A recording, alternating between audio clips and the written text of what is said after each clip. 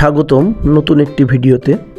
আপনারা দেখতে পাচ্ছেন আজকে আমরা লটকনের রাজধানী খ্যাত নরসিংদীতে সরাসরি বাজার এবং বাগানে আসছি।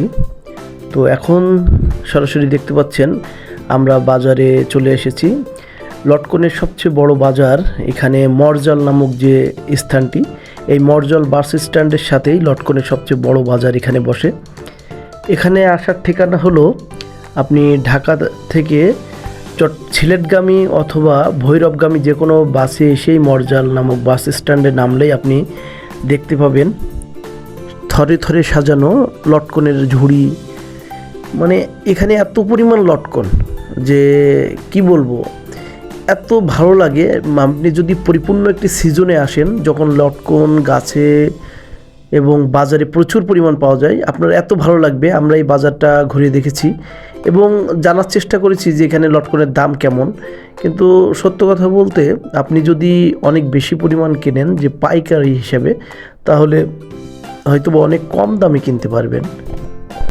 আসলে এখানে সারা বাংলাদেশে যারা লটকনের ব্যবসা করে সেই সকল মানুষের আনাগোনাটা এখানে বেশি। দেখুন ছোট ছোট টুকরি বা ঝুড়িতে করে সাজিয়ে এই যে সুন্দর করে প্যাকিং করছে, এভাবেই মূলত তারা দেশের বিভিন্ন প্রান্তে পাঠিয়ে থাকেন। এবং একটু আধা কাঁচা যেগুলো, সেগুলোই মূলত প্যাকিং করা হয় যেন এটা তার নির্দিষ্ট গন্তব্যস্থলে যেতে যেতে যেন সুন্দরভাবে পেকে যায়। এবং লটকন গাছের পাতা দিয়ে এবং সাদা যে বস্তাগুলো আছে, এই বস্তাগুলো দিয়ে সুন্দর করে প্যাকিং করা হয়। দেখুন হলুদের পাতা, লটকনের পাতা, এগুলো দিয়ে সুন্দর করে প্যাকিং করা হয়েছে।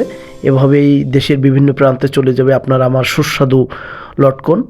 আর লটকনের রাজধানী নরসিংদী এই জন্য বলা হয়, এখানে প্রচুর পরিমাণ লটকন উৎপাদন হয় এবং স্বাদে অতুলনীয়, অনেক সুমিষ্ট। আমরা এই যে বাজার ঘুরছি, মানে যেদিকে যাই শুধু লটকন আর লটকন। দেখুন এই যে এক একটি আড়ট, লটকনের যে আড়টগুলো, এখানে লটকন মূলত নিয়ে এসে ঢেলে রাখা হয় এবং ঢালার পর এখানে গ্রেডিং, মানে যেমন প্রত্যেকটা পণ্যের যেমন গ্রেডিং আছে, ছোট বড়, সুন্দর অসুন্দর যে দেখতে, হ্যাঁ, এগুলো দিয়েই গ্রেডিং করা হয় এবং গ্রেডিং অনুযায়ী দামটাও নির্ধারিত হয়। দেখুন কিভাবে লটকনগুলো ঢেলে রাখা হয়েছে এবং ঢেলে রাখার পরে শ্রমিকরা এখানে সুন্দর করে গ্রেডিং করে বিভিন্ন ঝুড়িতে করে তারা দেশের বিভিন্ন প্রান্তে পাঠায়। তো আমরা এই বাজার ঘোরার শেষে আমরা একটু লটকন বাগানে গিয়েছিলাম। দেখছেন যাওয়ার পথে আমরা লটকনের গাছ দেখতে পাচ্ছি এবং রাস্তার দুই ধারে শুধু লটকন গাছ আর লটকন গাছ। এগুলো ছোট বড় সব রকম লটকন গাছ আছে। মোটামুটি এখানে বলা যায় লটকন চাষের একটা লাভজনক একটা ব্যবসা হলো এই এলাকায় লটকন চাষ। আর আমরা দেখছেন অলরেডি বাগানে চলে এসেছি। প্রত্যেকটা গাছে কত সুন্দর এবং কি পরিমাণ লটকন হয়ে আছে। লটকন যখন হয় তখন গাছগুলো এত সুন্দর দেখা যায়।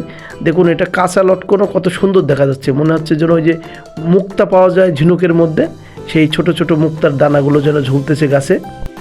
দেখুন কত সুন্দর দেখা যাচ্ছে। আমরা লটকন পেড়ে খাওয়ার চেষ্টা করছিলাম। তো বিশ্বাস করেন, আসলে যেখানে যে জিনিসের নাম সেইখানে এই লটকনের যে স্বাদটা, এটা অতুলনীয়। মানে এত মিষ্ট, মানে এত সুমিষ্ট যে আসলে অন্য কোথাও কিনে খেলে এই পরিমাণ সুমিষ্ট ফল আমরা কখনোই খাই নাই। মানে এখানে যে পরিমাণ, দেখুন একটি গাছ উপড়ে পড়ে গেছে, এটা ফলের ভারে পড়ে নাই, মূলত ঝড়ে পড়ে গেছে। তো কি পরিমাণ লটকন হয়ে আছে দেখুন। আমরা বাগানের যে গাছের দিকেই তাকাই, বেশিরভাগ গাছে লটকন আর লটকন প্রচুর পরিমাণে।